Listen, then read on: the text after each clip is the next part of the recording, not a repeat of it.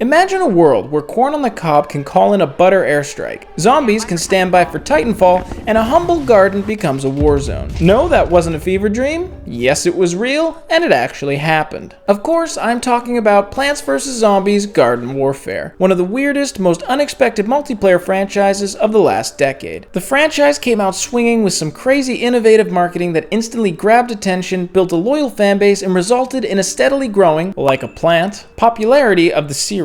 However, there was one thing EA wanted from the Garden Warfare franchise, but could never get. This led them to completely change course and fully copy the marketing strategy of another popular shooter. But true to EA fashion, they botched it in nearly every possible way. I'm Captain Peach, welcome back to the pit, and today we're diving into how EA and PopCap somehow turned a casual mobile game into a cult favorite third-person shooter franchise, then proceeded to cut it off at the stem before the release of the final game. The zombies are coming. All the way back in E3 2013, EA held a pretty substantial press conference. The main standouts and heavy hitters that people were excited and anticipating were the first Titanfall and Battlefield 4. But just 2 years prior to this, EA had purchased the mobile company called PopCap for a whopping 750 million buckaroonies. In case this doesn't make it clear, mobile games make an huge amount of money. PopCap was famous for such hits like Peggle 2! Bejeweled, and the incredibly popular Plants vs. Zombies, a simple tower defense style game where you plant various flora and fauna to kill zombies attacking your house. Now for the E3 conference, EA had teased that they were showing off the next iteration of Plants vs. Zombies. So naturally, the assumption was that it was going to be another mobile game, Plants vs. Zombies 2. As I mentioned, people were also excited to see the part of EA's press conference showing off Battlefield 4, the hotly anticipated follow-up to the best-selling Battlefield at the time, Battlefield 3. With these facts in mind, EA created perhaps the best introduction to a franchise in gaming history. And what better way to kick it off than with a beloved franchise that over the years has captivated millions of fans worldwide.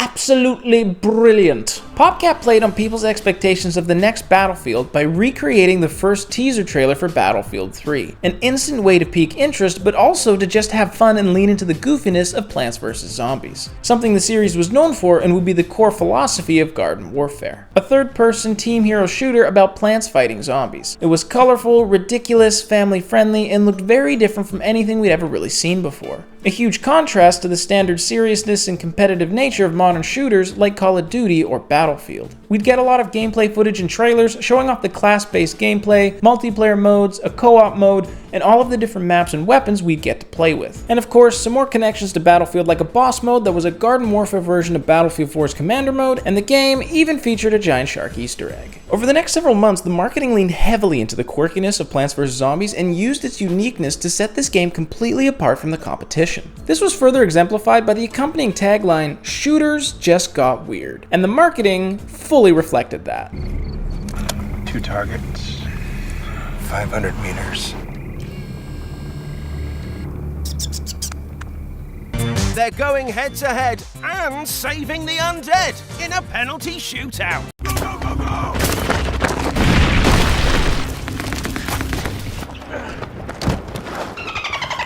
It was a complete surprise and came out of seemingly nowhere. This was a huge risk, considering it was such a crazy Dave genre departure for the series, and it was a very different style of shooter from anything in the market at the time. But it ended up paying off. Wow. The game released in 2014 as a budget shooter at a price of $40 versus the standard $60 at the time. Ah, those were the days. It was online only, but marketed as a casual, family-friendly shooter, making it appealing to a wider audience. It launched to pretty solid reviews, with the only negatives mainly focusing on it being online only, and it could be filled with more content. And while it had initial exclusivity to Xbox One and the 360, it eventually opened up to all consoles and PC. PopCap and EA kept updating the game for over a year, adding in free content like maps and new character variants. The accessibility of the game and very strong word of mouth drove player engagement and ultimately resulted in Garden Warfare selling millions of copies and eventually attaining over 8 million players, which is pretty darn solid for a new family-friendly shooter in a franchise that had only been known for tower defense mobile games. And yes, some of these players were from subscription services like EA Play or people that bought the game on discount, but it was still a hit. Not setting records or anything, but it found a strong niche player base that kept coming back. Garden Warfare's success and positive reception allowed for a dedicated fanbase to form around the game in this new series, which would set the stage for the announcement of the sequel just after the end of post-launch support and only a year after release. And this is where things got turned up to 11.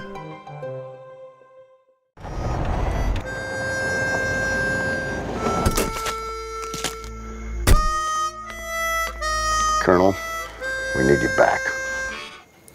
I'm retired. It's the zombies. They've taken suburbia. Shucks to be them.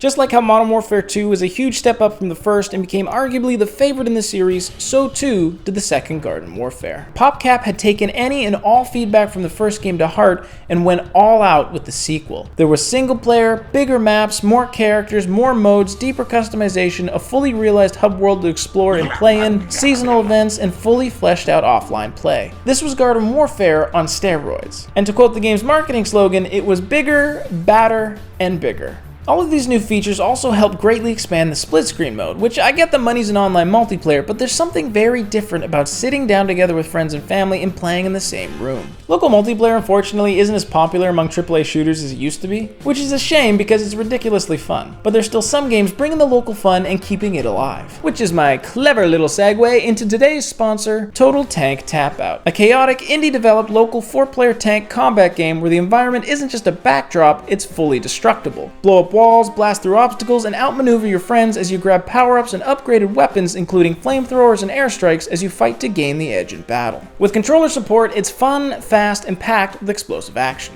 I had a chance to play an early version with friends and family, and everybody had a blast. And the full version is looking even better. Support indie creators and local multiplayer, wishlist Total Tank Tap Out now on Steam, as every wishlist greatly helps. The link will be in the description and pinned comment down below. Now let's get back to the video. Similar to the first game, they announced Garden Warfare 2 at E3 with gameplay, an awesome trailer that used Kenny Loggins, developer interviews, and a cheesy yet memorable opening. They lean into the quirkiness and the fun that had made the series so endearing. In the months leading up to the launch, they had TV commercials, digital ads, fun pre-order incentives like the Grass Effect Z7 mech, and the announcement of a public beta, which allowed for a two-prong effect of helping provide for a stronger launch through widespread server testing, but also allowing players to get their hands on it and generate word-of-mouth hype, which is the strongest and most powerful form of marketing. The trailers and advertising for this game was lighthearted, didn't take itself seriously at all, and simply just had fun. The open beta received a positive reception with players getting a taste of the full game, but clamoring for more. Garden Warfare 2 launched to incredible reviews from critics and fans alike, praising every single aspect of the game. Pretty much the only negatives in the reviews is that it's not going to be Call of Duty, but it is stupid fun. It delivered everything it showed in the marketing and more, which let me tell ya is way too rare. It's grow time. PopCap listened to the players, improved upon the first game in every way, and fully delivered with Garden Warfare 2. It was everything fans of the series wanted to see, and it was crazy enjoyable. The game also had phenomenal post-launch support with over 3 years of new maps, modes, and seasonal updates. All free at a time when the season pass and map packs were still the norm. EA and PopCap cultivated an incredibly loyal fan base to this game that is still active nearly 10 years after release. A testament to how fun the game is and how well it was supported for a really long time.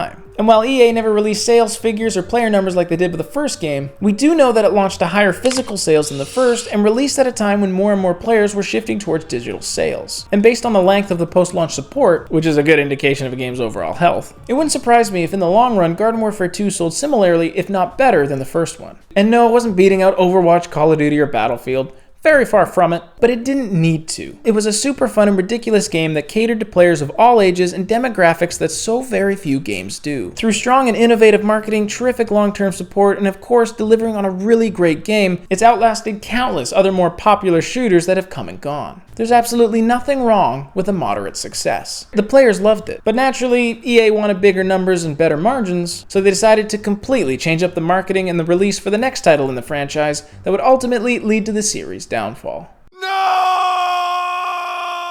Since the dawn of time, war has raged between the plants and the zombies. Battle for Neighborville was essentially the third game in the Garden Warfare franchise and would prove to be the death knell for the entire series. EA seemingly had either zero faith in this game and didn't want to put any marketing money behind it, or were attempting a drastic marketing and branding shift to try and reignite the franchise and bring in new players, and get some of those huge money numbers they crave. Either way, EA's approach to marketing for Battle for Neighborville was completely different from Garden Warfare 1 and 2. Instead of building anticipation through traditional promotional cycles like E3 showcases and beta tests or big trailers months in advance, they went with a stealth launch model. Battle for Neighborville was shadow dropped on September 4th, 2019 through the Founders Edition. Players could buy the Founders Edition for $30, a discount from what would be the full $40 price at launch, and get early access to the game 6 weeks before the official release. EA framed this as a way to get community feedback before launch while still making money off early adopters. At this time, there was also a single gameplay trailer release showing off the new classes and abilities you could use and the new maps you could play on. The problem is, this was really confusing. There were rumors of a Garden Warfare 3 in the works, and support for 2 was ended to focus on that development. But then this game released without any marketing. Was it the third Garden Warfare? A spin-off? Was it even a full game? It came out of nowhere and wasn't properly announced. This left players and fans incredibly confused about what was going on and what the game was all about. At least the ones that even knew it released. Because of the shadow drop, the only way anyone would have really even heard of this game in the Early Access Founders Edition would have been through YouTube creators that were playing it, which at least at the start was really only the dedicated Plants vs. Zombies channels. Which means right from the beginning, it's only really getting talked about and played by the hardcore fans. Aside from some social media posts and a few developer updates, any real marketing wouldn't come later until the full launch of the game with a more traditional reveal style trailer. And the launch trailer was very well made. It was colorful, exciting, and leaned into the wackiness of Plants vs. Zombies. And it had a banging soundtrack.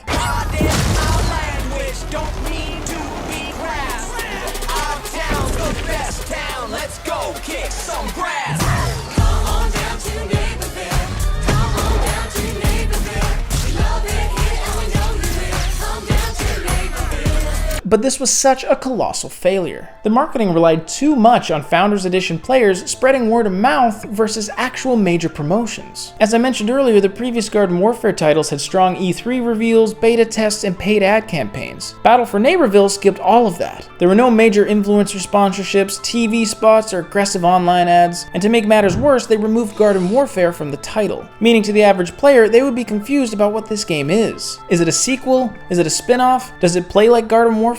Changing the name was a very weird choice. It removed a lot of the brand recognition, and the millions of players that played the first two Garden Warfare games might not even realize this is a direct continuation. Other than maybe PopCap changing the name because of the difference in some core gameplay, the only conceivable reason for this that I can think of is that EA wanted to try out a new name for the series in the hopes that it would be able to freshen things up and attract new players that aren't that familiar with Garden Warfare. Spoiler alert, it didn't work. At last the roof goes on, and nothing can go wrong.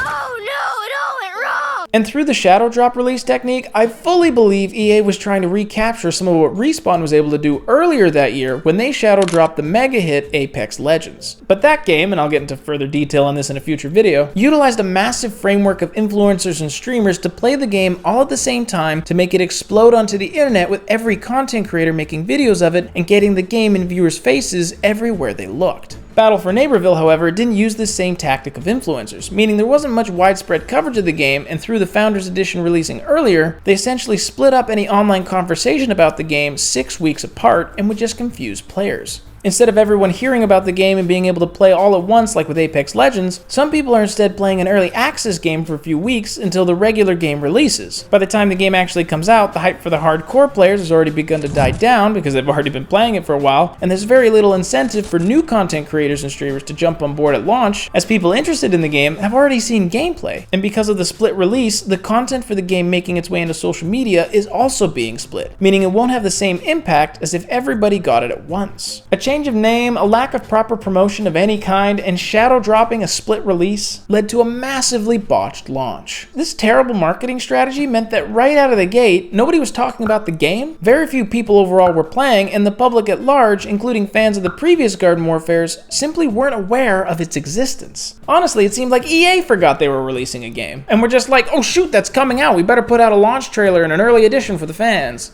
Add on to that a new monetization system that a lot of players didn't like, and some core critical gameplay changes from the other games that didn't connect with fans, and you've got a game that was near dead on arrival. Now, it was fun, had a lot of potential, and there were some improvements over previous entries. And PopCap was rolling out patches and new content updates fairly regularly, although somewhat delayed due to the pandemic at the time and employees having to stay at home. But they were bringing the game into a better spot slowly over time. However, players quickly realized that Garden Warfare 2 was the better game. And so a lot of people, if they wanted that Plants vs. Zombies shooter fix, would simply hop on that game. At least until Neighborville was more updated and aligned with the previous entries. The player base for Neighborville dropped pretty quickly. EA seemingly didn't want to put in the effort to bring the game to where it should be, and just 1 year after launch, they cut off all support and it slowly died a miserable death. A small shell of what it could have been. EA forgot about it, the players forgot about it, and I forgot about it until recently. Still love that theme song though. Well, you can't play music with a piece of paper!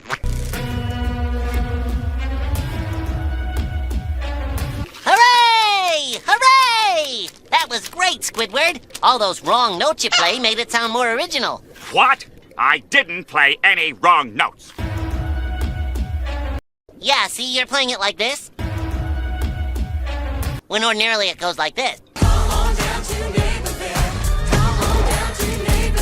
It was the final nail in the coffin for the Garden Warfare series, as many of the original developers left the studio, and this sub-franchise has remained dormant ever since. They did end up later releasing a couple of the games on Steam, which have done pretty well, and ported Neighborville to the Switch, but for the past 4 years, there have been zero updates or even mentions of anything new in this franchise. And in an interview back in 2021, one of the developers was even asked about future Plants vs. Zombies third-person shooters, to which the developer replied, "At this point in time, we don't have any plans for additional games of that genre in the works right now." Add on to it that the entire Plants vs. Zombie brand is pretty well on the decline overall, as several different games have been cancelled or discontinued, and the reception and life of their flagship mobile title, Plants vs. Zombie 3, has been incredibly rocky to say the least. For at least a long while, if not forever, it appears that Garden Warfare is dead. And while these days every publisher wants all of their games to be billion-dollar IPs, there's a lost art to games that achieve a modest success. Nothing that blows people away, but something that can still cultivate a group of players and keep them coming back. A genuinely great experience that offers fresh and unique gameplay, doesn't take itself too seriously or focus on intense competitive play,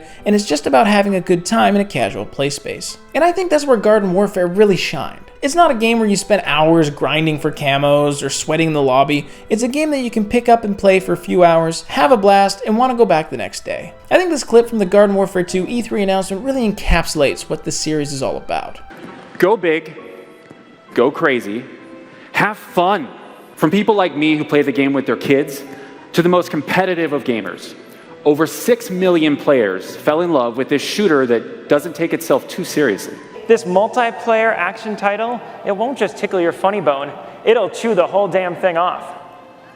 I think if EA put a little more marketing behind these games, gave the developers lots of space to create, and provided the resources to update them, Garden Warfare would have seen continued growth in player interest and would have solidified itself as a really great franchise that continues to this day. Instead, we got a rushed and early-ended finale to this trilogy due to either not caring because they assumed it wouldn't do that well, or because they attempted a marketing strategy that they just couldn't pull off. And because the one thing EA wants is a massively successful franchise, unfortunately, Garden Warfare doesn't show any sign of ever returning. And while I can't find any specific financial information on how well these games performed, based on the player retention, popularity, and the fact that they did make 3 of these, my guess is they did pretty decent. Unfortunately though, to a company like EA, pretty decent is not enough. But hey, that's marketing. Plant yourself on the subscribe. Cool kids always hit the like button. You want to be cool, don't you? And if you want to watch how EA set up Titanfall 2 to fail, or another video YouTube thinks you'd really like, click on one of the videos on screen. And until next time, stay peachy.